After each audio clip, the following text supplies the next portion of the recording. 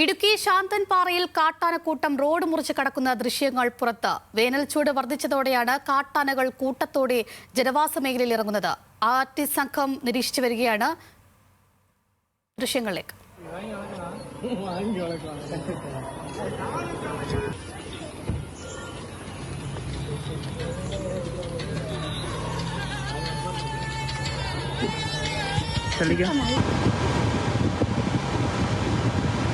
പോകും ബ്രോ.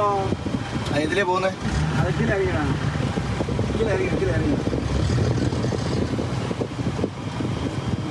ഇവിടെ അതൊക്കെ അറിയണം. ഇറങ്ങാൻ കുറെ കിലോ ഇറങ്ങുന്നതല്ല.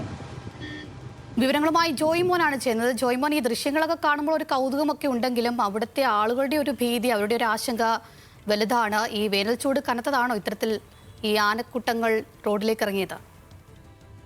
അതേ അഞ്ജലി, വേനൽ കടുത്തതോടെയാണ് ഇത്തരത്തിൽ ആനക്കൂട്ടം, അതായത് 9 ആനകൾ അടങ്ങുന്ന ഒരു കൂട്ടമാണ് ഈ ഇടുക്കി ശാന്തൻപാറയിലെ ജനവാസ മേഖലയിലൂടെ ഇറങ്ങി ദേശീയപാതയിലൂടെ നീങ്ങുന്ന ദൃശ്യങ്ങൾ പുറത്തു വന്നത്. ഇത് വലിയ ഒരു ആശങ്കയാണ് പ്രദേശവാസികൾക്ക് ഉണ്ടാക്കുന്നത്. അതായത് ചൂട് കൂടി തന്നെ പലവിധ വന്യജീവികളുടെ സ്ഥിരമായി ജനവാസ മേഖലയിലേക്ക് ഇറങ്ങുന്ന ആശങ്ക ഉണ്ട് അവർക്ക്. അപ്പോൾ അതിനിടെയാണ് ഇത്തരത്തിൽ 9 ആനകളടങ്ങുന്ന കൂട്ടം. ഇതിൽ ഒരു കുട്ടിയാനയുമുണ്ട്, അതായത് 1 മാസം പ്രായമുള്ള കുട്ടിയാനയും ഈ കൂട്ടത്തിനൊപ്പമുണ്ട്. അപ്പോൾ ഇതൊരു കൗതുകരമായ കാഴ്ചയാണ്. അതായത് ഒരു കുട്ടിയാനയെ കാണാൻ വേണ്ടി ആളുകൾ ദൃശ്യങ്ങൾ പകർത്തുന്നതിലേക്ക് ഈ ആനക്കൂട്ടത്തിനടുത്തേക്ക് നീങ്ങുന്ന സാഹചര്യങ്ങളൊക്കെ നിലവിലുണ്ട്. അപ്പോൾ അതൊരു വലിയ അപകട ഭീഷണി തന്നെയുണ്ട്. പക്ഷേ എന്നിരുന്നാലും ഇപ്പോൾ വേനൽ കടുത്തതോടെയാണ് ഇത്തരത്തിൽ ആനക്കൂട്ടം ജനവാസ മേഖലയിൽ കൂട്ടമായി ഇറങ്ങുകയും അതിനുശേഷം ഈ സമീപത്തെ ഒരു ആണിയിറങ്കൽ എന്ന അണക്കെട്ട് ലക്ഷ്യം വെച്ചാണ് ആനകൾ നീങ്ങുന്നതെന്നാണ് RRT സംഘം ഉൾപ്പെടെ നമ്മളെ അറിയിച്ചിരിക്കുന്നത്. എന്നാലും സമീപവാസികൾക്കൊന്നും യാതൊരുവിധ അപകടം സംഭവിക്കരുതെന്ന രീതിയിൽ തന്നെ നിരന്തരം ഈ ആനക്കൂട്ടത്തെ RRT സംഘം നിരീക്ഷിച്ചു വരികയാണ്. ഇപ്പൊ നിലവിൽ